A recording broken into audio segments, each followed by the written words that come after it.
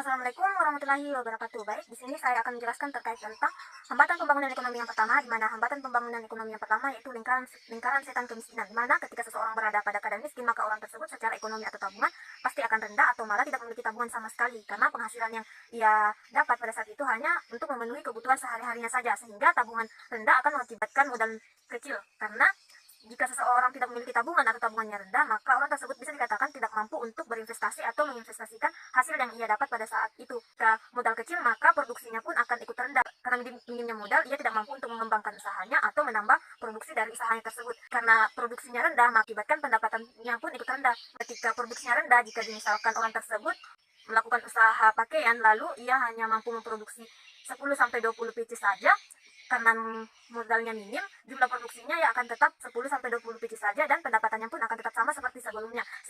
Nah, ketika seseorang miskin dan pendapatannya rendah, maka daya beli di pendidikan dan informasi juga ikut rendah. Daya beli pendidikan yang dimaksud yaitu misalnya kemampuan seseorang untuk membayar sekolah, sehingga ketika seseorang tersebut memiliki anak, lalu anak tersebut ingin mengenyam pendidikan tetapi di pendapatan orang tuanya rendah, maka anak tersebut tidak akan mampu untuk melanjutkan pendidikannya lebih tinggi lagi karena biaya pendidikan yang begitu mahal, sehingga mengakibatkan pengetahuan juga ikut rendah. Karena ketika daya beli pendidikan dan informasi rendah, sehingga mengakibatkan pengetahuan pun ikut rendah, yang akibatnya anak tersebut mengalami kesulitan untuk bersaing dalam dunia kerja karena kurangnya pengetahuan atau skill. Dan ketika pengetahuan rendah, maka produksinya pun rendah karena anak tersebut sulit untuk bersaing dalam dunia kerja karena keterbatasan pengetahuan dan skill, sehingga posisi yang ia tempati dalam dunia kerja tidak lebih hanya sebatas sebagai buruh atau staf pegawai yang bergaji atau berpenghasilan rendah, yang dimana penghasilan hanya cukup untuk memenuhi kebutuhan sehari-hari keluarga dan bahkan biasanya juga masih kurang. Kalau orang tersebut miskin, maka konsumsinya pun rendah. Konsumsi atau pengeluarannya untuk berbagai hal kebutuhan sehari-hari rendah, baik dari sandang, papan maupun prasarana lainnya.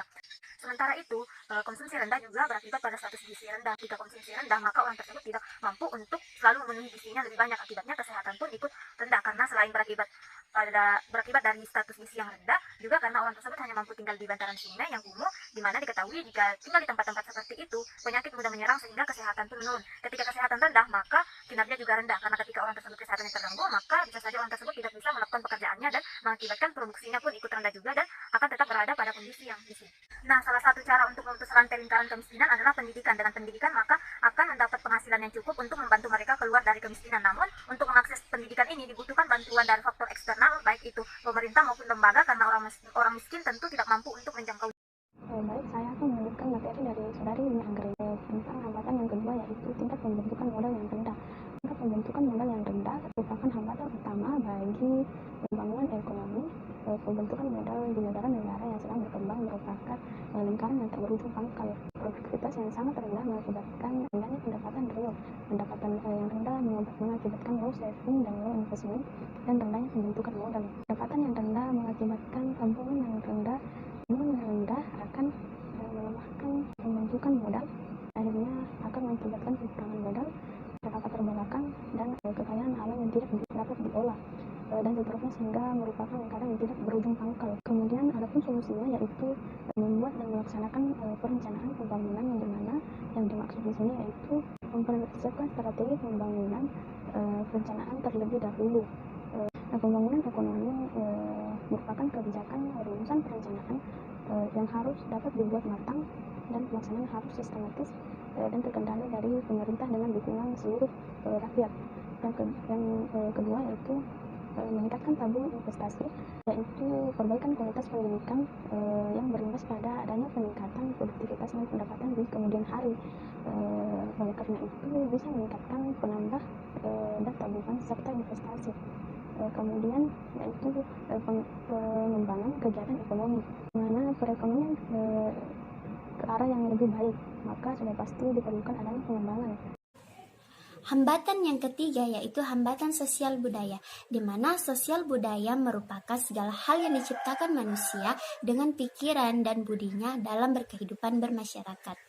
Nah, untuk saat ini masih ada masyarakat yang terbelakang, yaitu suku Mante dan suku Baduy. Mereka sangat tertutup dan mereka tidak mau ikut dalam modernisasi. Mereka tidak mengenal hal-hal yang berbau dengan teknologi. Dalam hal inilah yang menjadi permasalahan dalam sebuah pembangunan ekonomi. Nah, untuk itu pemerintah sudah melakukan berbagai upaya untuk membujuk mereka, namun mereka masih kokoh bersikeras untuk tetap mempertahankan leluhurnya. Nah, solusi dari saya adalah bagaimana pemerintah harus mampu membuktikan kepada mereka bahwa modernisasi saat ini memberikan dampak yang baik untuk mereka.